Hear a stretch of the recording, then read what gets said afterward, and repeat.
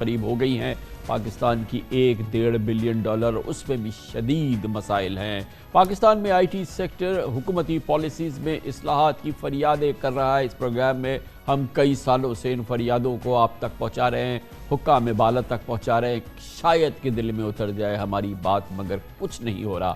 خبروں کے مطابق آئی ٹی کمپنیز کا شکوہ ہے کہ اسٹیٹ بینک نے ان کی ایکسپورٹس کے 65% حصے کی پاکستانی روپے میں وصولی کی پابندی لگا دی ہے، جبکہ صرف 35% حصہ بھی فارن ایکسچینج میں لینے کی کئی شرائط کے ساتھ اجازت ملتی ہے، اور جس کی وجہ سے multinational I T firms اپنے ہیڈ کوارٹرز کو منافع نہیں بھیج پا رہی اور اپنی ضرورت کے مطابق زر مبادلہ خرچ نہیں کر پا رہی۔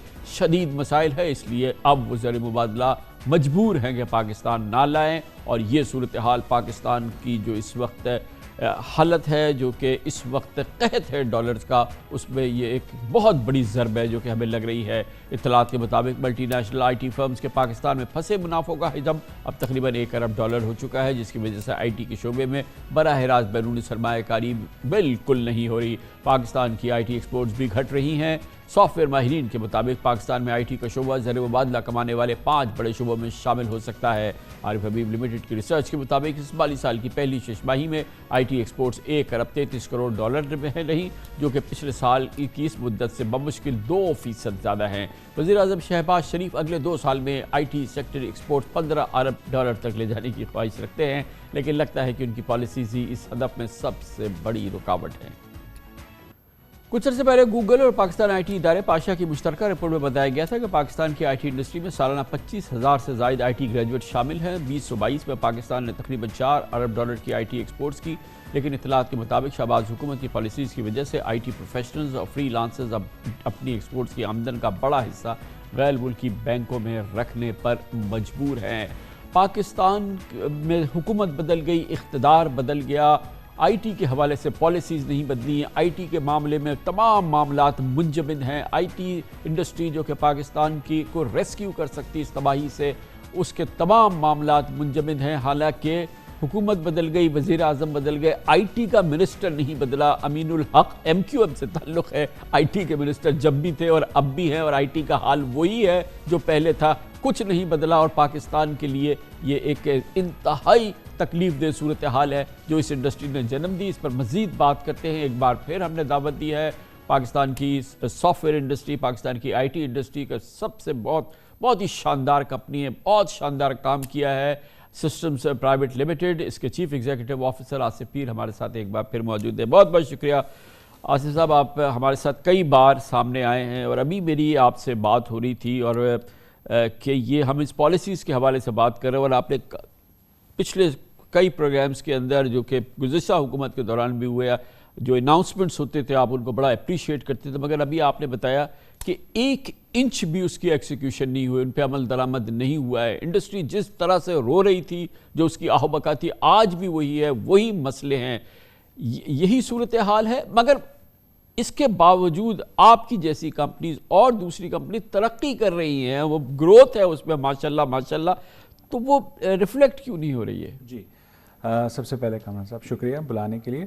آپ کی جو بات ہے ایکسپورٹس، ڈیفینیٹلی ہماری جو کمپنیز ہیں، ڈیمانڈ پاکستان میں بہت اپرچونیٹیز ہے، تو ڈیمانڈ تو بہت ہے اس وقت، اور ایکسپورٹ جنریٹ بھی ہو رہی ہے۔ لیکن جو آپ نے کہا کہ یہ پالیسیز کا جو ڈسکشن ہوتا ہے وہ ایگزیکیوشن میں جو I think Hare government supportive تھی پہلے بھی، اور آج بھی میں دیکھ رہا ہوں کہ prime minister, finance minister, FBR، state bank, I T ministry, سب نے ریئلائز کیا ہے کہ ڈالرز فارن ایکسچینج کو، جو ہم پہلے کہتے تھے کہ جس طرح آپ نے ابھی فرمایا، جس طرح شروع میں کہ 65% ہمیں الاؤڈ ہے اور 35% آپ فارن کرنسی اکاؤنٹ میں رکھ سکتے ہیں، اس کی ایگزیکیوشن میں ایشو ہے کہ وہ 35% اگر آپ فارن کرنسی اکاؤنٹ میں رکھ سکتے ہیں، اس کو یوز کیسے کریں، اس کی یوزیج کی پرمیشن کے لیے اسٹیٹ بینک کے ساتھ کافی ہماری میٹنگز ہوئی ہیں، اور میں بہت ہوپ فل ہوں اس دفعہ یہ ایگزیکیوشن ہو جائے گی، کیونکہ بہت سیریسنس نظر آ رہی ہے ہر طرف سے، اور بہت سپورٹ نظر آ رہی ہے، کیونکہ گورنمنٹ نے ریئلائز کر لیا ہے، اور ہر کسی کو پتا ہے کہ یہ سروس انڈسٹری کی ایکسپورٹ ایک واحد ایکسپورٹ ہے۔ تو آصف بھائی، یہ جو آپ کو 35% گورنمنٹ نے الاؤ کیا، اس کو تو آپ چیلنج نہیں کریں کہ ہمارے لیے ٹھیک ہے 35%، صرف مجھے اسموتھ کر دو کہ میں اس کو استعمال کر سکوں۔ تو اب انویسٹمنٹ کر سکوں, ایکویزیشن کر سکوں, تاکہ میں باہر دیکھیں آئی ٹی ایکسپورٹ بڑھے گی کیسے. آپ نے جو کہا نا کہ ہم جیسی کمپنیاں کیوں گرو کر رہی ہیں اور چھوٹی کمپنیز کیوں گرو نہیں کر رہی, اس کی وجہ ہے کہ آپ کو بیچنے کے لیے ان مارکیٹس میں یہ 35% یا جو بھی انویسٹمنٹ ہے وہاں آپ انویسٹ کریں گے تو ہی تو آپ کام پاکستان لے کے آئیں گے. تو اگر وہ آپ انویسٹمنٹ اپنی سبسڈریز میں نہیں کر سکیں گے, باہر جا کے کچھ کمپنیاں خرید نہیں کر سکیں گے, اور وہ فریلی وہ موومنٹ ہی نہیں کر سکیں گے, اس پیسے صرف آپ کے اکاؤنٹ میں ہی پڑا رہے, تو اس سے تو آپ بتانے کے لیے تیار ہیں کہ یہ 35% آپ نے کیسے خرچ کیے؟ اپنے کسی بینک اکاؤنٹ میں تو نہیں رکھ دیے, کسی فلیٹ کو تو نہیں خرید لیا؟ بالکل 100% ٹرانسپیرنسی. آپ جو دل چاہے اسٹیٹ بینک دیکھ لے, اور وہ گروتھ سے ہی دیکھیں. کامران صاحب, آپ اگر $2 لے کے جاتے ہیں باہر اور $10 واپس لے کے جاتے ہیں, تو کہیں سے تو آئے نا, کچھ کیا تو آئے. تو آپ پرفارمنس بیسڈ کر دیں, کچھ بھی کر دیں. دیکھیں ہم تو پرفارمنس کے لیے تیار ہیں نا, ہم تو آئی ٹی انڈسٹری میں ایسے لوگ ہیں نہیں جو یہ فلیٹ اور یہ کچھ ہوں گے. دیکھیں ہر جگہ تھوڑے لوگ تو ہوتے ہیں, بٹ اچھی کمپنیاں جن کی گورننس اچھی ہوتی ہے, جو ٹرانسپیرنسی ہوتی ہے, جس میں گروتھ کا پوٹینشیل ہوتا ہے, اور جو محب وطن ہوتے ہیں, وہ یہ کام بالکل نہیں کرتے. وہ پازیٹیو تھنکنگ کے ساتھ گروتھ کرتے ہیں. اور میں تو بہت آپٹیمسٹ ہوں کہ اگر یہ الاؤ کر دیں اور یہ چیزیں تھوڑی سی اسموتھ کر دیں, تو کوئی آئی ٹی انڈسٹری کو بہت کچھ چاہیے بھی نہیں, جو میں نے آپ کو 2-3 باتیں پہلے بھی کہی تھیں. مگر اس کا تو بہت زیادہ پوٹینشیل ہے, کیونکہ اب جو ایکسچینج ریٹ ہو گیا ہے, اور کسی بھی ایکسپورٹس کے ایوز جب آپ اس لیول کی آپ کے پاس ایکسچینج ریٹ ہو, تو یہ تو ایک فینٹیسٹک سینیریو ہے for any export industry and obviously for I T industry. بہت دیکھیں اس میں 2 چیزیں ہیں. دیکھیں تھوڑا سا یہ ہوتا ہے کہ اگر آپ ایگریسو ہوں تو آپ تھوڑی اپنی پرائسنگ کو آلٹر کر کے آپ بزنس اور لا سکتے ہیں, لیکن اس کا ڈالر بیسڈ گروتھ تھوڑی سی کم بھی ہو جاتی ہے. ظاہر ہے بائر کو بھی پتا ہوتا ہے کہ اب دیکھیں ہم لوگ بھی تو کام انفارچونیٹلی دیکھیں ہونا یہ چاہیے تھا کہ تھوڑا تھوڑا کر کے ڈی ویلیو ہوتا رہتا. اب ایک ساتھ اب جب نیوز لگا دیتے ہیں نا کہ 20% 15% ڈی ویلیو ہو گیا, اس سے وہ سب کو پتہ چل جاتا ہے. پھر آپ کا بائر بھی کہتا ہے دیکھو تمہارے تو 20% کاسٹ کم ہو گئی, اب تم مجھے پرائز بھی کم کرو, تو ڈالر بیسڈ گروتھ اس سے کم ہو جاتی ہے. تو اور جن کی جو کمپنیز بہت ساری پاکستان میں ایسے آپریٹ کر رہی ہیں, جن کا کمپنی امریکہ میں ہے یا کہیں باہر ہے, کسی بھی ملک میں ہے, اور وہ کاسٹ سینٹر یہاں ہوتا ہے, صرف بندے یہاں ہائر کرتے ہیں, تو پھر وہ اپنی سیلری یہاں بھیجتے ہیں, باقی سارا پروفٹ باہر رکھتے ہیں. تو وہ بہت امپورٹنٹ ہے کہ یہ ہم گریجولی چیزوں کو. پھر پوچھتا ہوں میں آپ سے, پہلے بھی پوچھا ہے لیکن جسٹ ٹو ریفریش ہمارے ہم وطنوں کو اور حکومت کو, گروتھ پوٹینشیل سالڈ ہمارے پاس جو پوٹینشیل ہے ہمارا, تخلیاتی نہیں مگر حقیقت میں جو ہمارا پوٹینشیل ہے, گروتھ کے چانسز ہے, وہ کتنا ہے؟ دیکھیں یہ انڈسٹری 30 to 40% تو ویسے ہی گرو کرتی ہے نیچرلی, بغیر کوئی انٹرونشن کے کچھ بھی. تو اگر آپ تھوڑی سی انٹرونشن یہ ساری کریں, جس طرح پہلے اسٹارٹ اپ میں انکریجمنٹ کریں, جس طرح آپ کو یاد ہوگا کہ پریویس سینٹرل بینک نے, اسٹیٹ بینک گورنر نے یہ اسٹارٹ اپ کو فیسلٹی دی, تو اسٹارٹ اپ میں $600 ملین کی انویسٹمنٹ آ گئی, رائٹ. تھوڑا سا کچھ کیا, تو ہماری انڈسٹری میں تھوڑا سا کرنے سے فرق آتا ہے.